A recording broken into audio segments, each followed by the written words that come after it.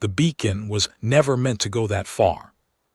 I want to be precise about that, because in the years since, the Council's historians have written it as though we intended some grand outreach, as though we were clever or prescient, or reaching deliberately across species lines in a moment of need. We were not. I was a junior chaplain aboard a refugee transport, the third longest ship in a convoy of 11, and I was trying to bury an old man with what dignity I could manage in a corridor barely wide enough for two people to pass each other sideways. The funeral beacon was a formality, a ritual. You press it, you say the words. The signal goes out on the closed Veth grief band so that the ancestors who listen at the edges of things know a soul is departing. And then you move on, because there are always more duties and the corridor does not get wider. What I did not know, what none of us knew, was that 3 centuries earlier a surveyor from our own people had mapped this region of space and had filed a frequency conflict report that no one had ever acted on. The closed Veth grief band ran within 8 kilohertz of something called the Terran Covenant Chapel Network. The Covenant Chapel Network was Earth's oldest emergency infrastructure, built before humans had faster-than-light travel, back when they were still figuring out what kind of species they were going to be. They had decided, apparently, that they were going to be the kind of species that listened. So they built a network of relay stations and tender ships across every corridor they could reach, and they tuned those stations to every grief frequency and distress frequency and prayer frequency they could document, and they let the network run. No one had told us any of this. There had been no announcement, no diplomatic briefing, no update to the frequency conflict registry, because humans do not announce these things. They simply do them, and they let the doing speak for itself, which is either very admirable or very unsettling depending on how you feel about surprises. I pressed the beacon at 3:40 convoy time. At 3:47, a human vessel acknowledged.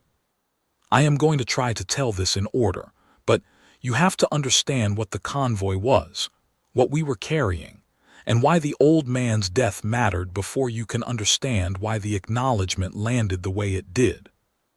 His name was Elder Savin Tethkura, and he was 111 years old in Veth reckoning, which translates to somewhere between 80 and 90 in the standard galactic calendar.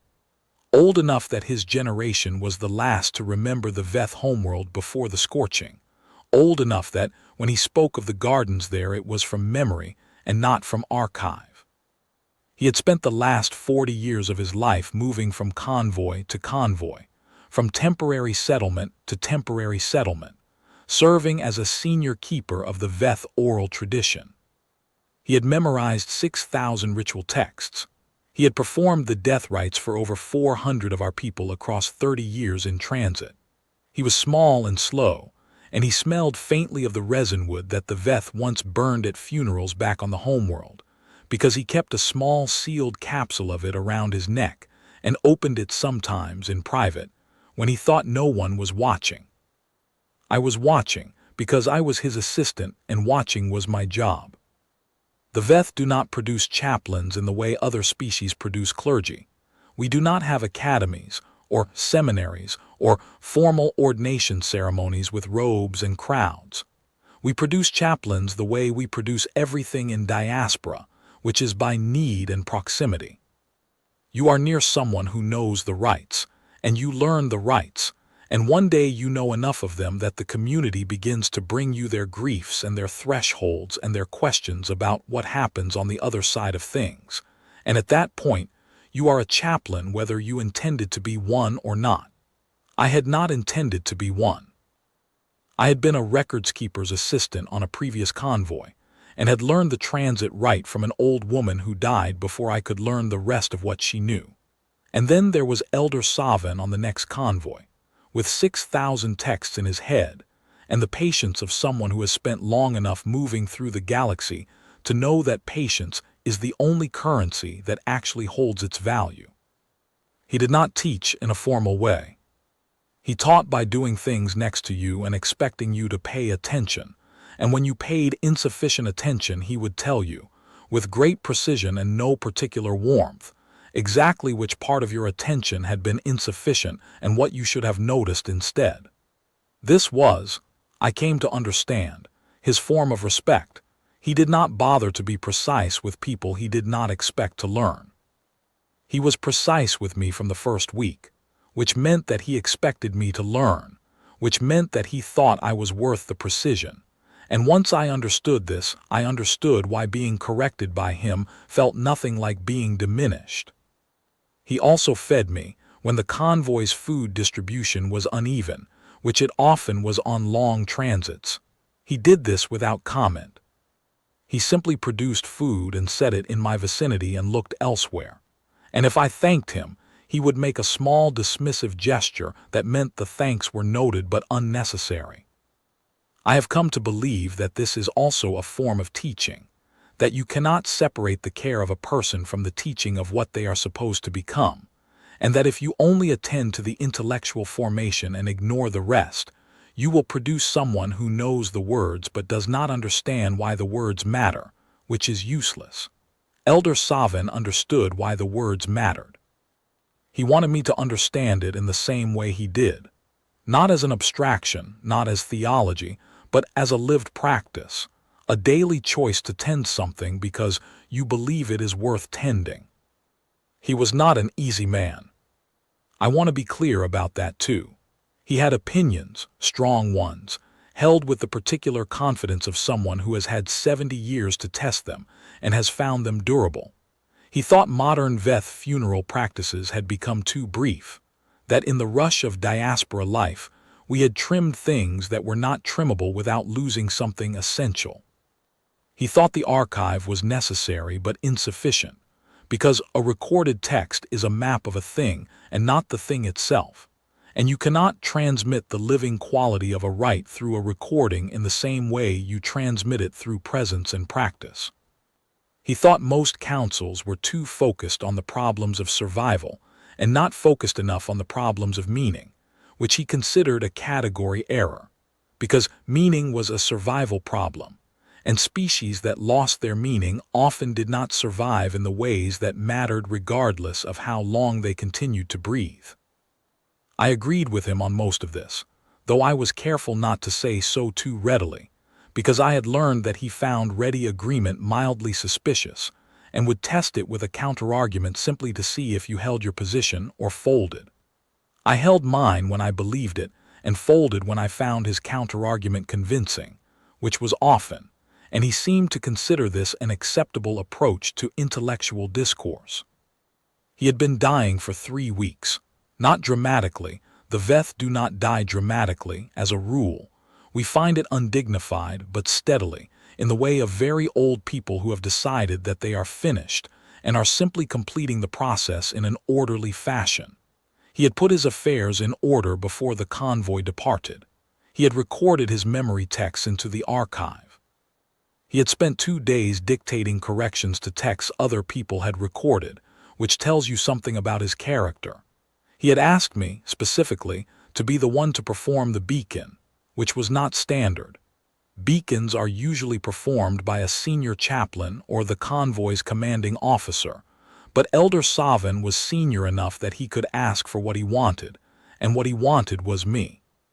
"You have the right hands for it," he said, 3 days before he died. I asked him what that meant. "Steady," he said. "You have steady hands, and you do not perform, you just do the thing." He said this as if it were a compliment, and I received it as one, though I have thought about it many times since. There is a difference, I think, between a chaplain who performs a ritual and a chaplain who does one. He had watched enough of the performing kind to know the difference. I had not yet watched enough of anything to know which kind I was, so his certainty felt like a gift.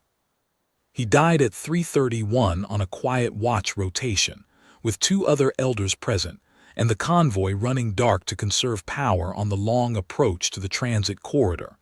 I had been awake for 19 hours. The corridor outside the small medical bay smelled of recycled air and metal, and something faintly sweet from the nutrient packs stacked in the adjacent compartment. The elders held his hands and said the words that are said in those moments. The ones that are not recorded anywhere because they are not meant to be, and then they looked at me. I had the beacon in my kit.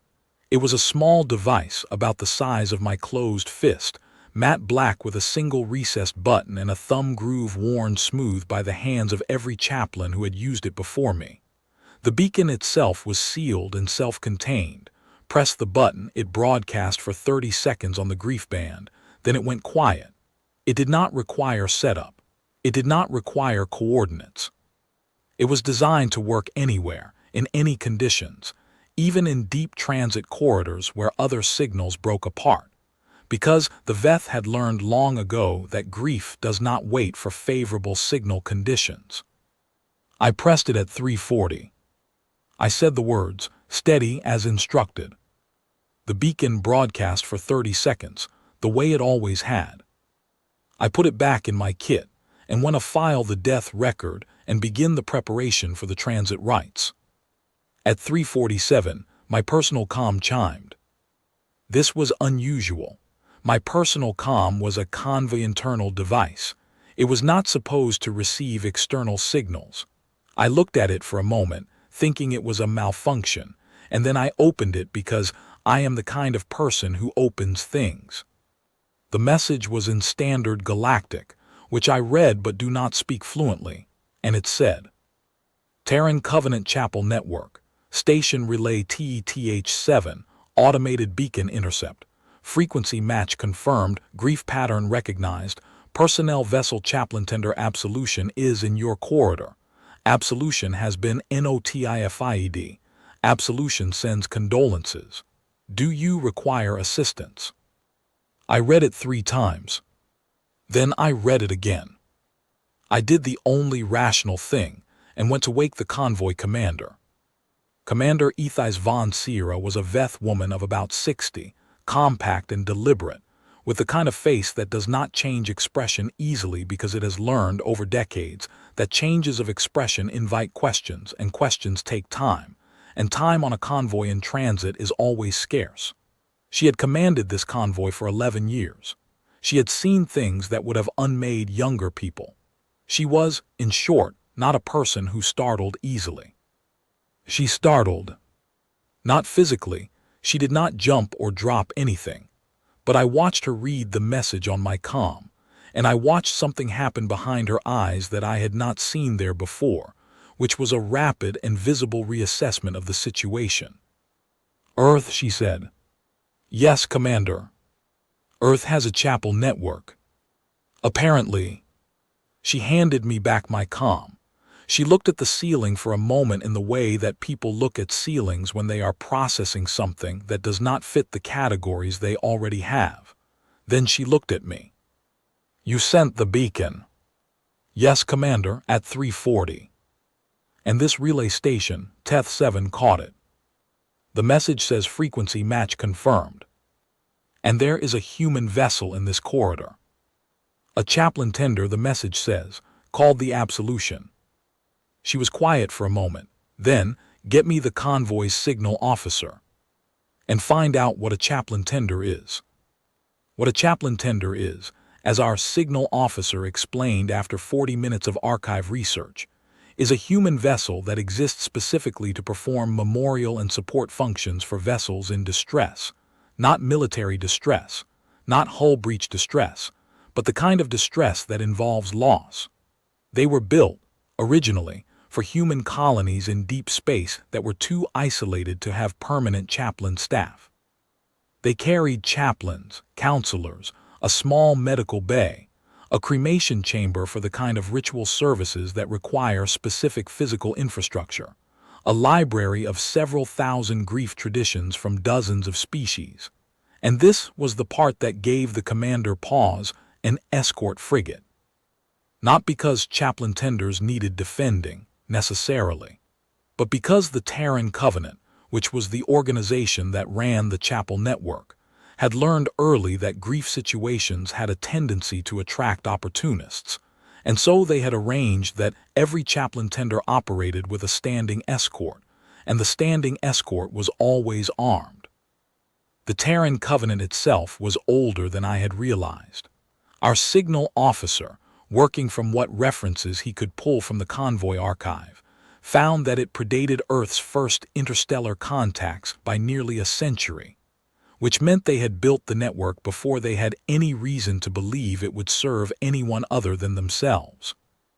It had begun as an internal human project, a welfare organization for the deep colony ships that were moving out in the early expansion years, when the distances were long enough that a colony could be 6 months from the nearest human settlement, and there was no one coming if something went wrong. The Covenant had been the answer to that, not a military answer, not a political one, but an infrastructure of presence. Relay stations, tender ships, chaplains trained in crisis response and grief facilitation, and the delivery of practical support to isolated communities.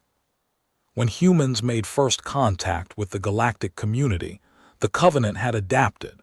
It had begun cataloging the frequency bands used by other species for emergency and spiritual communication. It had translated its library of grief traditions into a format that could be cross-referenced and updated. It had trained its chaplains in exospecies practices, to the degree that training was possible from documentation rather than direct transmission.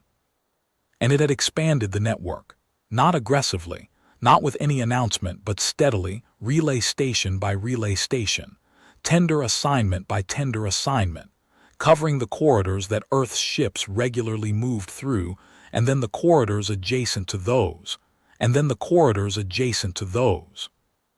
No one had made a policy decision to do this for the Veth. No one had held a meeting and concluded that the Veth diaspora was a population that the Covenant Chapel network should be prepared to serve.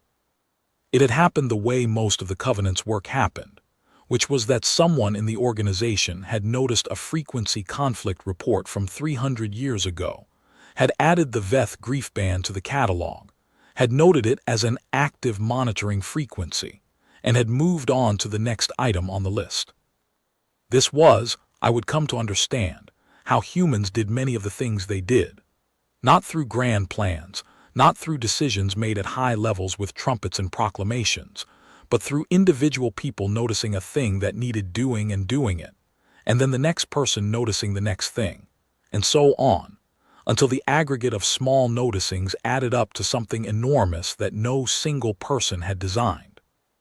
It is both their most frustrating quality and, I think, their most important one. "One frigate," said Commander von Sira. "That is what the manifest says," said the signal officer. "The Absolution and its escort, the Durable." "Armed?" "Frigate class, yes, Commander." She looked at me again. "Because you pressed the beacon," she said. "Because I pressed the beacon," I agreed. I had at this point been awake for 22 hours. I was aware of a feeling that was not quite guilt and not quite awe and not quite relief, but something made of all three in approximately equal measure, suspended in a medium of profound uncertainty. Elder Savin was laid out in the medical bay waiting for the transit rites. The convoy was running at reduced power through a corridor that was, by most assessments, moderately hostile, not actively contested, but not reliably safe. And 3 weeks prior we had received a general alert about interdiction activity in adjacent sectors. The escort frigate was, I understood, not entirely unwelcome. I did not say this out loud. "Put me on comm with the Absolution," said the commander. The captain of the Absolution was a human woman named Renata. I do not know her family name. In the transcript of that first conversation, she identified herself only as Chaplain Captain Renata, Absolution, which I later learned was the standard form of address for the senior chaplain aboard a Covenant tender. The rank and the religious function combined into a single title, because on a chaplain tender the two were not considered separable. She was not what I expected. This is a remark that many people make about humans in general, and that has therefore become nearly meaningless, but I mean it specifically. I expected something formal or performative, or perhaps slightly too warm in the way of people who have been trained to project warmth as a professional function. She was none of these things. She was direct and specific, and she wasted no words. Commander von Sierra, she said, in standard galactic, with the slightly flattened vowels of someone who has spoken it as a second language long enough that it has begun to feel native. My station relay picked up your grief band transmission at 3:42. I understand you've lost a member of your community. I extend my condolences. I'm currently running your corridor at .7 transit speed. I'll be alongside within the hour. Before I come aboard, with your permission, I'd like to know a few things about the Veth transit rite, so I'm not in the way of it. Commander von Sierra, who had by this point formed a precise and guarded assessment of the situation, said, "We did not signal Earth." A pause, brief but not uncomfortable. "No," said Chaplain Captain Renata. "The beacon frequency matched our grief pattern catalog. My station relay forwarded it. That's an automated function. I apologize if it was intrusive." The catalog includes Veth grief frequencies.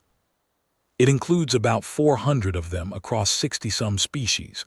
We've been building it for about 200 years. Another pause. I recognize that's a lot to process at 0:30 after a loss. I'm not here to complicate your rite. I'm here in case any part of it needs support I can provide. If the answer is no, I'll keep my distance and offer the escort. Commander von Sierra looked at me. I looked back at her. "My chaplain will speak with you," the commander said. I spoke with Chaplain Captain Renata for 37 minutes, during which time I told her everything I could think of about the Veth transit rite, and she listened without interruption and asked, at the end, 3 precise questions. The first, was there a physical substance involved in the rite that we needed but might not have? I told her about the resin wood the capsule Elder Savin had worn. She said nothing for a moment, then asked me to describe the scent. I described it. She was quiet again. "We have something similar in our inventory," she said. "It's not the same, it's from a human tradition, a cedar resin blend. But it has the same quality of being a physical connection to a place that no longer exists in the form it once did. If you think the elder would have found comfort in another tradition's version of the same need, I can bring some. If that would feel like an intrusion, I won't."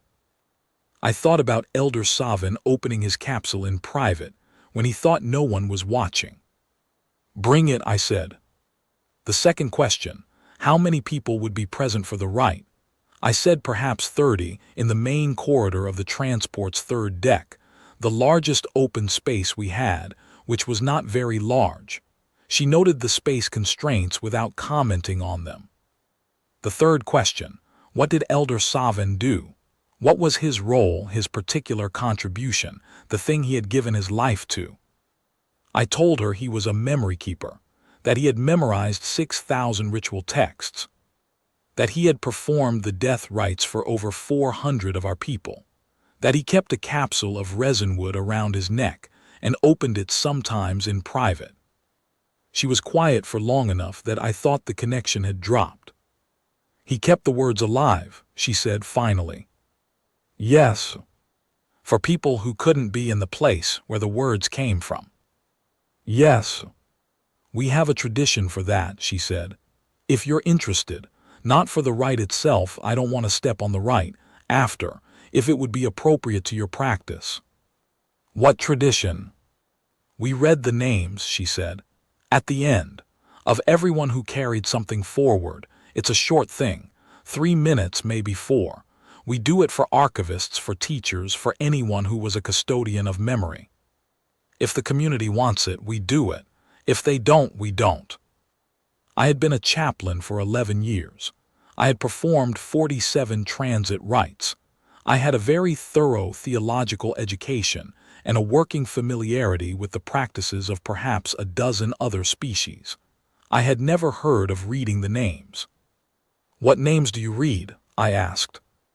"Everyone he taught, everyone who carries a text forward because of him." A pause. "Do you have a count?" I thought about it. Across 30 years. Across every convoy, every settlement, every student who had come to him and learned the words and carried them away. Hundreds, I said. We would have to check the archive. Then we have an hour's work before the rite, she said. If you want to do it. I want to be very clear about something, because I think it is the part of this account that people find most difficult to understand, which is that the convoy was not uniformly comfortable with any of this. We were Veth. We were refugees. We had been refugees for 40 years since the scorching, since the homeworld became uninhabitable. In those 40 years, we had moved through approximately 38 different regions of space and had encountered approximately 16 different species in positions of authority over those regions. And the experience had taught us, as a collective, to be cautious about things that arrived without being asked for. Because, in our experience, things that arrived without being asked for often came with conditions attached. This was not paranoia, this was history. There were people on the convoy who, when they heard that a human vessel was approaching, felt something closer to fear than relief. There were elders who remembered the early years of the refugee corridors, when a vessel arriving without being asked for meant a toll, or an inspection, or a very polite conversation about which other corridor you might consider using instead. There were young people who had never known anything other than cautious movement through space that wasn't theirs, and to whom any uninvited presence felt like a narrowing of options. Commander von Sira understood all of this. She called a brief meeting of the convoy's senior staff before the absolution came alongside, and she laid out the situation plainly. A human chaplain tender had intercepted the grief band beacon, had followed the intercept protocol of its network, and had offered support. The support had been accepted in limited form. The vessel would come alongside, a chaplain would come aboard, the transit rite would proceed, and then the human vessel would resume its course. And the escort frigate, said one of the senior officers. Will maintain distance, said the commander. By my request, they have agreed. A human warship in this corridor, said the officer. A frigate, said the commander, escort class, assigned to the tender's protection. Still armed. Yes, a beat, so are we. Shall we discuss the relative merits? There was no further discussion of the relative merits. What there was, instead, was a quieter and more complicated conversation that I did not attend directly but heard about afterward, in the way that chaplains always hear about the things they are not directly included in, which is to say, in fragments from multiple sources, assembled later into something like a picture. The substance of it was this. Some of the elders had questions not about the safety of the arrangement, but about its meaning. Not what the human vessel's presence meant for the convoy's physical security, but what it meant to receive a thing that had not been asked for, whether accepting it was in some way a debt. Whether the Veth practice of the transit rite was something that could be performed in the proximity of an outside observer, without being changed by that proximity. These were not small questions. Among the Veth, they are not small questions. The transit rite is the oldest continuous ritual we have. It predates the scorching by something approaching 3,000 years, and through the scorching and everything after it had been maintained intact by people like Elder Saven, who had spent their lives ensuring that no part of it was altered or lost. To perform it in the presence of an outsider was not, technically, forbidden. The texts do not address it, because when the texts were written, the idea would not have occurred to anyone as a possibility. But it was not usual, and the elders who spent the most time thinking about such things spent some time thinking about this one. The person who resolved it in the end was not me. It was old Saven, or rather it was his archive. One of the junior archivists, going through the elders' recordings in preparation for the transit rite, found a dictation he had made 11 days before his death. It was not long, about 4 minutes, and it was not addressed to anyone in particular, which is how you could tell it was meant to be found. In it, Elder Saven said, I have been thinking about the question of witnesses. In the old texts, the transit rite is performed among those who share the memory of the person being transited. This has always been understood to mean family or community, but memory is not always contained inside the boundaries of the group that made it. A memory well enough kept becomes part of the world outside the keeper. I am not certain, but I think that if the elder has spent a life keeping memory for others, then the transit right for that elder belongs to everyone the memory has touched. The texts do not say this, but the texts were written before we learned that memory can travel. We have been learning that lesson for 40 years. It seems to me that we should act accordingly. The senior archivist read this out to the elders' meeting. There was a long silence. Then the eldest of the elders, a woman of remarkable age who had not spoken in the meeting until that moment, said, "He has been setting up his own rite for 11 days. That is the most sovereign thing I have ever heard of anyone doing." The room laughed, not the brittle laughter of tension releasing, but the real kind, the kind that is made of recognition, the laughter of people seeing someone they knew clearly one more time. Permission was given. Chaplain Captain Renata came aboard alone, no security, no assistant. She carried a small bag and the cedar resin capsule, which she pressed into my hands when she came through the docking seal with a matter-of-fact gesture that I recognized as the gesture of one chaplain transferring something to another, which is a gesture that exists across apparently every species that has chaplains, and which means, use this as you see fit, it is yours now. She was shorter than I expected, which I note only because when you have spent weeks imagining what a human chaplain captain looks like, you tend to imagine something with more imposing physical presence. She had gray in her hair and the particular kind of stillness that people develop when they have spent a great deal of time in rooms where other people are experiencing the worst moments of their lives, and the only useful thing you can do is not take up more space than is necessary. I took her to the medical bay to see Elder Savin before the rite. She stood at the edge of the room, outside the elder's space, and she looked at him for a long moment without saying anything. Then she said, quietly, in the Veth that she had apparently been studying for the last hour using the archive files I had sent her, "He looks like a man who finished his work." This was correct, and it was the right thing to say.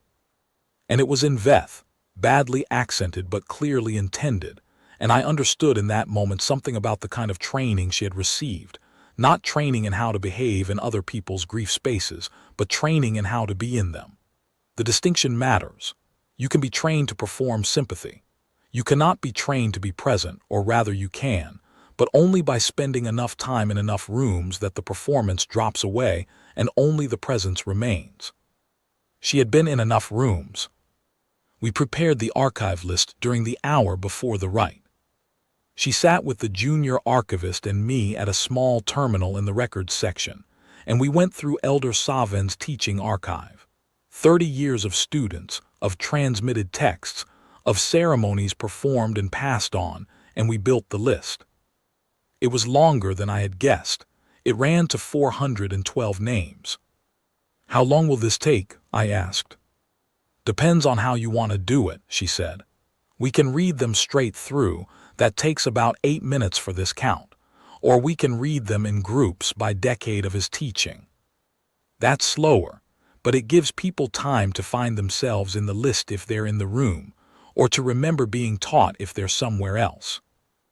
I asked her to explain somewhere else. She explained that the Covenant Chapel network had a broadcast function, a grief band signal that could be sent out on multiple frequencies simultaneously, tightly targeted, to anyone who had registered with the network as family or community of the person being honored. That if we wanted, the name reading could be transmitted across every convoy, every settlement, every place where Savin's students now lived. I looked at the list of 412 names and thought about how many of them were not aboard this convoy. "We would need to notify them first," I said. "They would need to choose."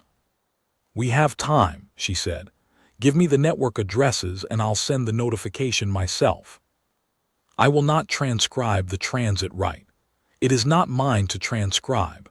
It belongs to Elder Savan and to the Veth community who performed it, and it is in any case not what this account is about.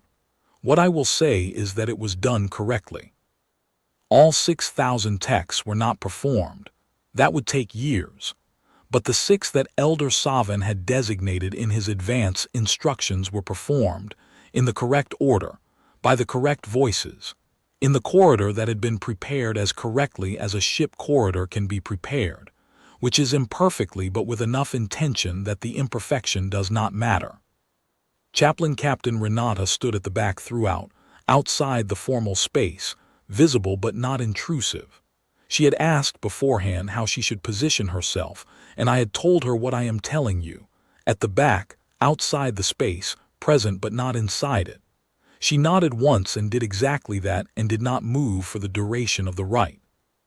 At the end of the transit rite, when the formal text was complete, Commander von Sierra looked at me, and I looked at Chaplain Captain Renata, and she looked back at me with a question in her face, and I nodded. She came forward. She stood at the threshold of the formal space, at the edge, not inside it, and she said, in standard galactic, "With your permission, I would like to read the names of everyone who carries Elder Savan's memory forward. This is a tradition of my people, for teachers and keepers of memory. It takes about 10 minutes. It will be transmitted on the Covenant Network to every community where his students are. If you prefer I not do it, I will not do it." She waited. The eldest elder who had spoken before said, "Read them." She read them. It took 11 minutes, not 10.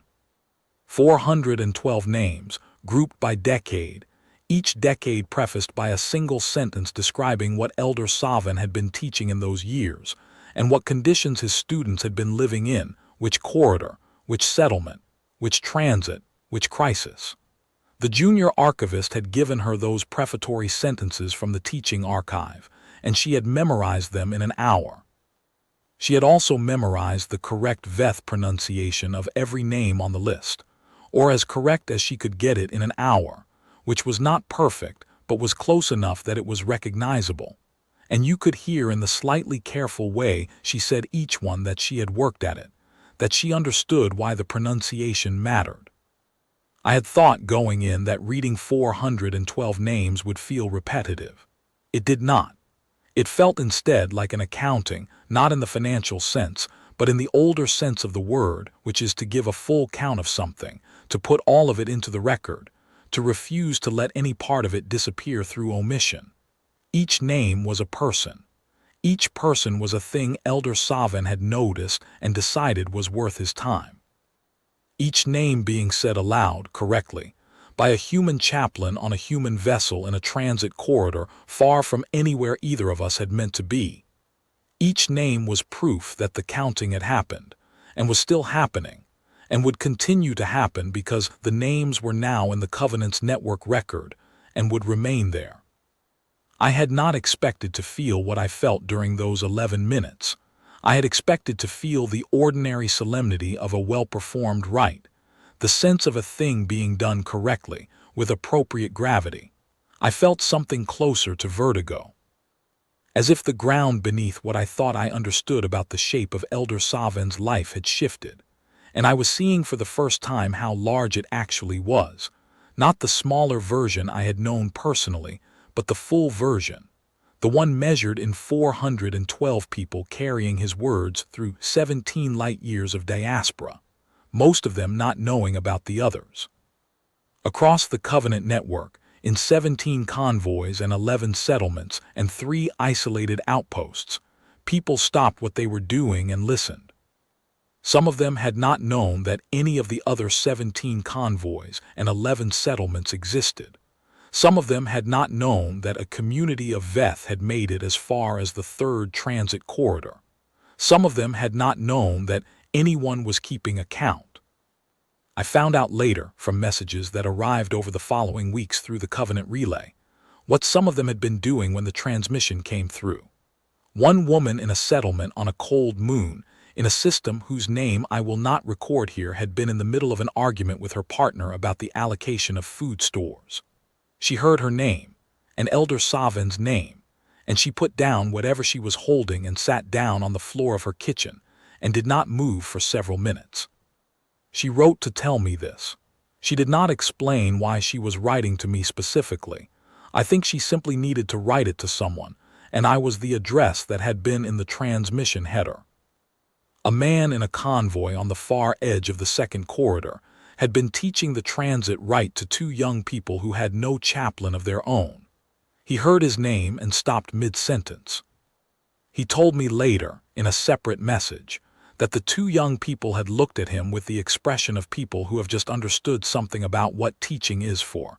Not that someone will remember you doing it, but that someone will say your name when you are gone and mean by the saying. This person carried something forward. It cost them nothing and lost them nothing, and they carried it with them past the place where it happened. This is, I think, what Elder Savin was trying to tell me when he said that memory can travel. Not that it travels automatically, not that it is guaranteed to go anywhere, but that if you tend it well enough, it develops the capacity to go farther than you can see from where you are standing. The 17 convoys and 11 settlements and 3 isolated outposts were the distance his memory had traveled while he was alive. The network was the distance it could travel now that Chaplain Captain Renata had read the names into it, because the names were now in the Covenant's archive, cataloged and cross-referenced, available to anyone in the network who needed to know that this person had existed and had done this specific work. Elder Savin had spent 30 years teaching them all, separately in the places where they were, and none of them had known about each other, because in a diaspora you do not always know about each other. You know about the people who are with you, in your convoy, in your settlement, and the rest is silence. The name reading connected them. Not permanently, not in any way that solved the underlying problem of being scattered across enormous distances. But for 11 minutes, on a grief band frequency, they were in the same room. The eldest elder was weeping by the 8th minute. She was not the only one. I was not weeping, because I was the chaplain and it was my job not to weep during a rite. But the not weeping was one of the more effortful things I have done in my professional life, and I say this as someone who has had some practice at it. When it was done, Chaplain Captain Renata stepped back to the edge of the space and said nothing. She did not offer condolences. She did not summarize what she had just done or explain its meaning. She stood at the edge and she waited. And eventually people began to move and talk in the way that people move and talk when a rite is complete, and the weight of the room shifted from ceremony to something quieter and more personal. I found her later in the corridor outside, sitting on an equipment locker with her bag on her knees and a cup of something from the convoy's galley that someone had pressed on her. "Thank you," I said. She looked at me with the expression of someone who has heard those words many times and knows better than to deflect them entirely, but also does not want to take credit for something that was not about her. "He made it easy," she said. 412 people carrying his work forward.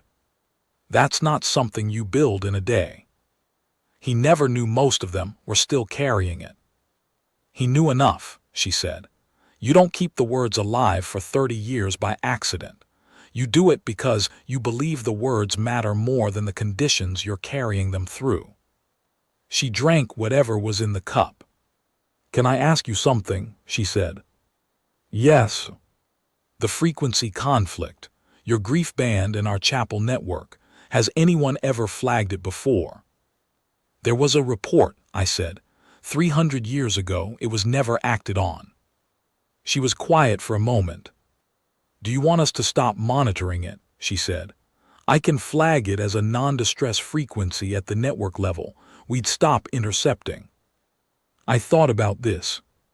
I thought about 17 convoys and 11 settlements and 3 isolated outposts, and 412 names spoken into a grief band, and people stopping what they were doing in corridors and landing bays and workstations across 17 light years of scattered settlement, to hear the count of what one man had done. "No," I said. She nodded once. She did not say she was glad or that it was the right decision or anything that would have turned the moment into a conclusion. She just nodded and drank her cup, and that was that. There is one more thing I have to tell you about, which is the Durable. The Durable was the escort frigate. It had maintained distance throughout, per the commander's request, a respectful half-kilometer off the convoy's flank, running quiet, visible on sensors but not announcing itself, not interrogating us, not doing anything that a ship in a hostile corridor deciding to be polite about its presence would not do. It had been there the entire time. I had nearly forgotten about it. Commander von Sira had not.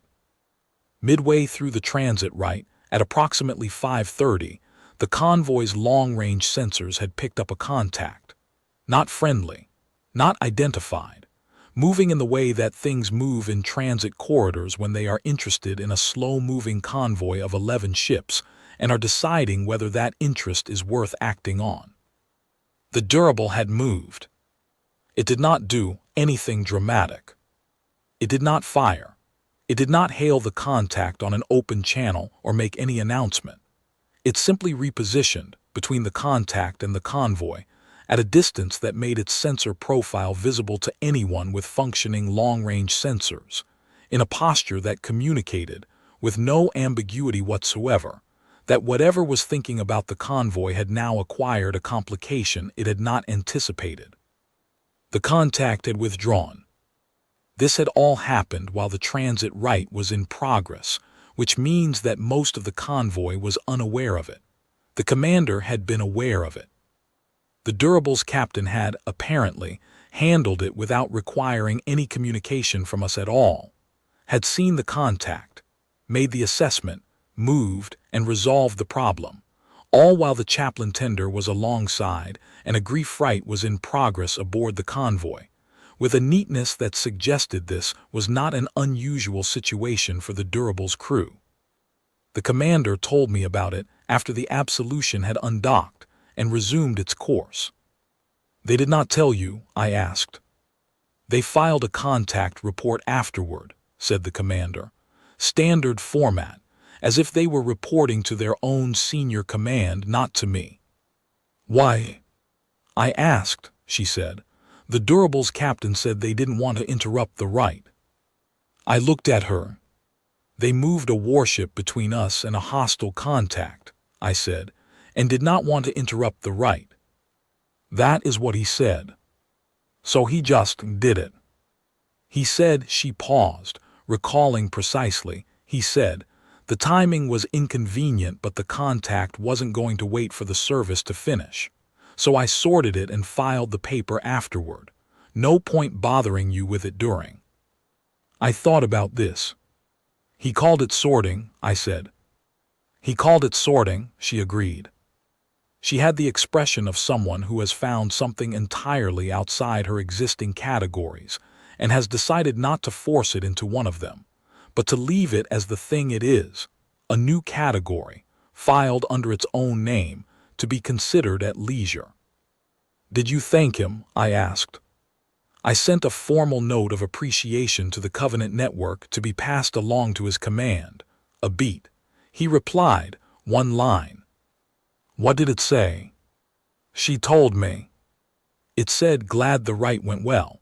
Tell your chaplain the name reading was a good call. Safe travels. I have thought in the years since about what the right framework is for understanding what happened in that corridor, on that watch rotation, with that beacon press.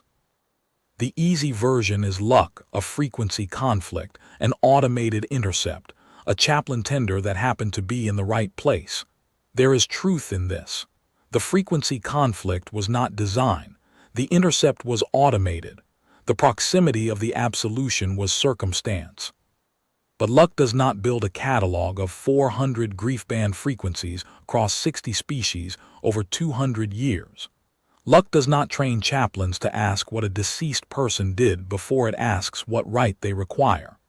Luck does not station escort frigates with chaplain tenders specifically because grief situations attract opportunists, and grief situations are worth protecting.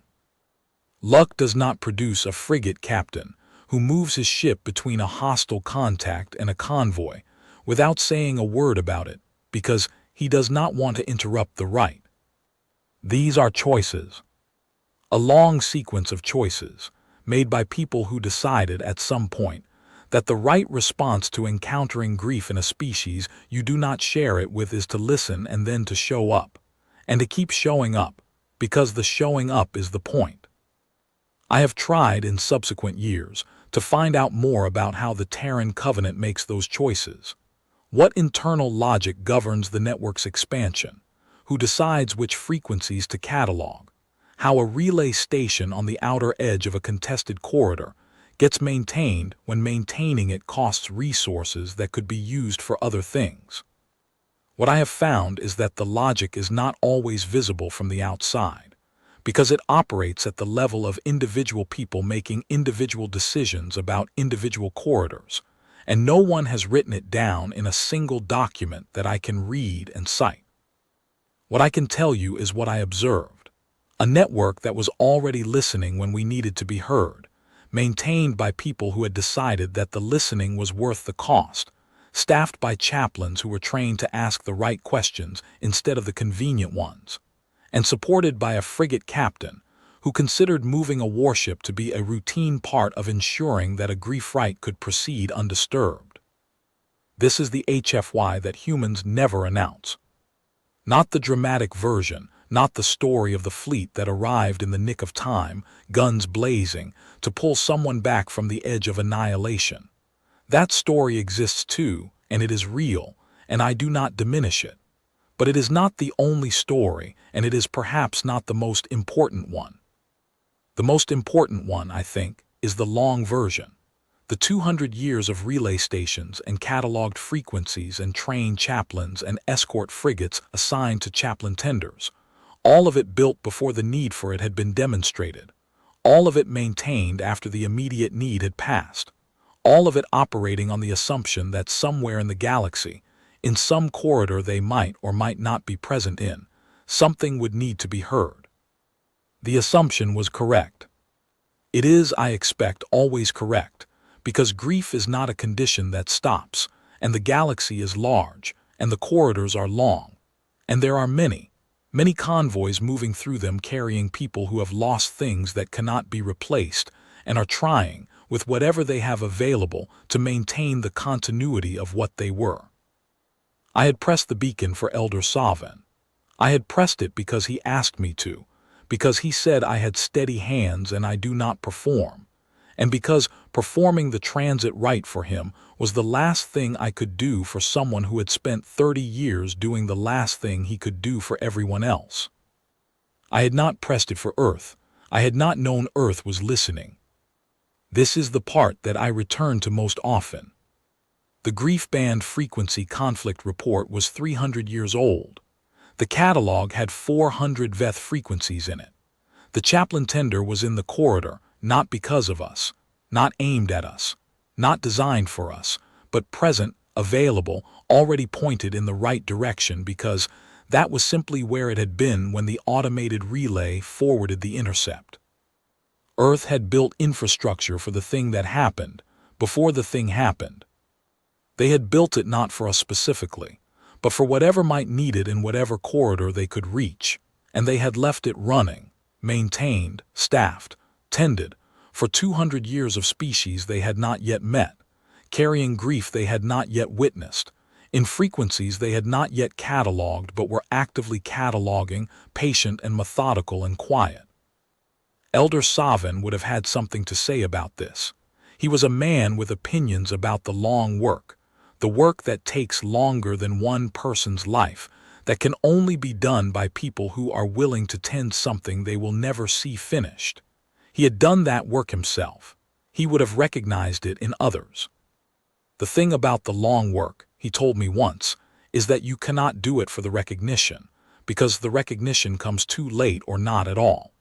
You cannot do it for gratitude, because gratitude is inconsistent and depends on people knowing what you have done, and the long work often happens where no one is watching. You can only do it because you believe the thing you are tending has value independent of whether anyone ever thanks you for tending it. The words are worth keeping whether or not anyone says so. The frequencies are worth monitoring whether or not anyone is broadcasting on them. The relay stations are worth maintaining whether or not anyone ever sends a signal they are positioned to catch. He was talking about the Veth oral tradition when he said this. He was talking about the 6,000 texts and the 30 years of teaching and the capsule of resinwood he opened in private. He might as well have been talking about the Terran Covenant Chapel network. I think, if he had known about it, he would have considered it a kindred enterprise. A different species version of the same conviction, expressed in a different medium, maintained by different hands, but pointed at the same understanding, that the things worth keeping are worth keeping whether or not you know who will eventually need them. I think he would have been pleased, in the private, understated way he was pleased by things, not effusively, not with any display that could be mistaken for performance, but genuinely, with the particular satisfaction of someone who has spent a long time believing that memory is worth keeping, and who has found at the very end of it that the universe contains more keepers than he knew. I hope so. I cannot ask him. I can only tell you that when I pressed the beacon, the signal went where it was not aimed, and what it found there was already waiting. Commander von Sierra filed a formal notation with the convoy authority 2 weeks later regarding the Covenant Chapel network and the Terran frequency overlap. Her recommendation was not to correct the conflict. Her recommendation was to leave it. The convoy authority asked her to explain her reasoning. She sent a 2-line reply. The first line was, "The overlap is not an error." The second line was, "Leave it." They left it. I am a senior chaplain now. I have performed the transit rite 231 times in the 17 years since Elder Savans, across 9 convoys and 4 settlements and 1 long static orbit posting, where we were waiting for a transit corridor to be certified, and the waiting took 14 months. I carry my beacon in my kit. I have pressed it 87 times. 3 times on the grief band, the Covenant Chapel network relay has answered. Once it was automated, an intercept and a condolence message, no vessel in range, just the network saying it had heard. I filed it in my records. I sent a reply thanking the relay station. Once a chaplain tender was in the adjacent sector, not close enough to come alongside, but close enough to participate in the name reading via tight beam, which we did, and it was good. Once I was in a corridor where I had not expected any Covenant presence, and the relay answer came with a rider note. A frigate was 80 minutes out, had been diverted from another run, and would be alongside before the rite concluded. The rider note did not explain why the frigate had been diverted. It simply said, "Absolution 7 is coming. She'll be there." I did not ask why. I understood by then that this was not the kind of thing that required an explanation, because the explanation was the same it had always been, which was simply, the network is listening, the network has been listening, and when the network hears something, it sends what it has.